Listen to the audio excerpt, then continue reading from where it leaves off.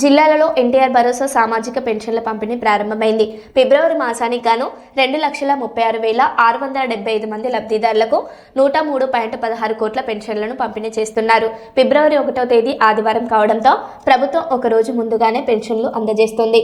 ఈ సందర్భంగా జిల్లా కలెక్టర్ డాక్టర్ ఎసిరి లబ్ధిదారుల ఇళ్ల వద్దకే వెళ్లి పెన్షన్లు అందజేశారు.